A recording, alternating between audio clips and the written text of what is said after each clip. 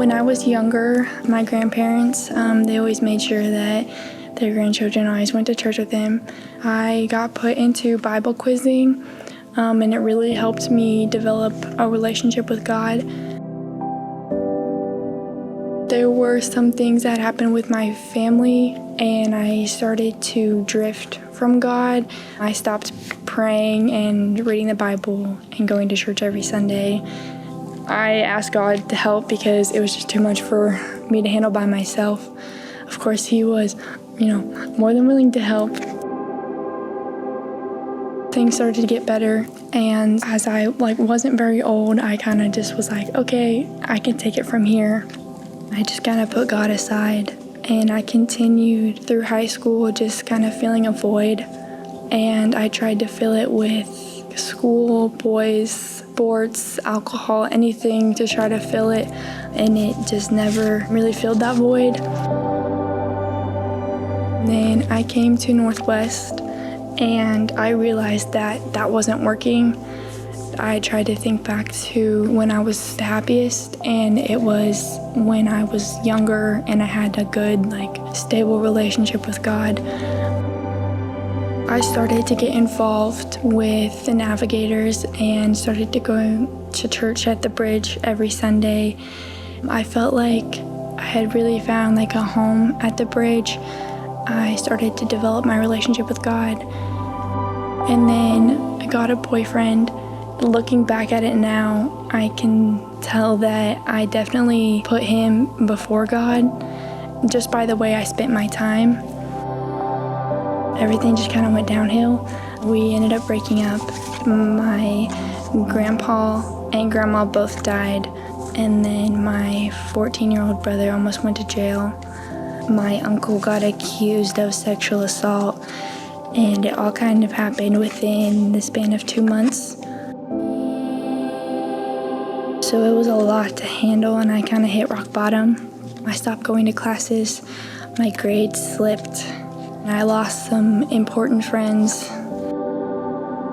One of my friends, Addie Potter, we hadn't really hung out a lot, and just out of the blue, she texted me and asked if I wanted to come to her Bible study, and I said yes. When the time came, I kind of chickened out and I stayed in bed and didn't go. Later that night, she had texted me and asked me if I was okay. I told her, honestly, no, I'm not doing okay right now. She came over, kind of talked, because I told her that if it was anywhere else other than my dorm room, I was probably not gonna go. So she came and talked to me, and once I started talking, everything just kind of came out. She listened, and when I was done, she asked if I had accepted God into my heart. When people have asked me that before, I've always said yes, but I never really thought about what that meant. And so when she asked me, I told her that I didn't really know, because I didn't know what it meant to accept God into my heart.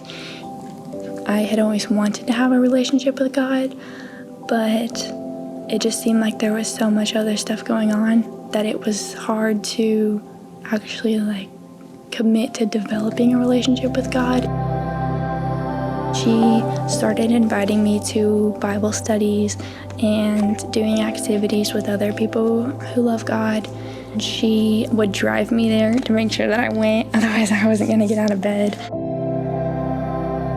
For the first time in as long as I can remember, I felt like that void was filled, and I had started to really develop a relationship with God and maintain it.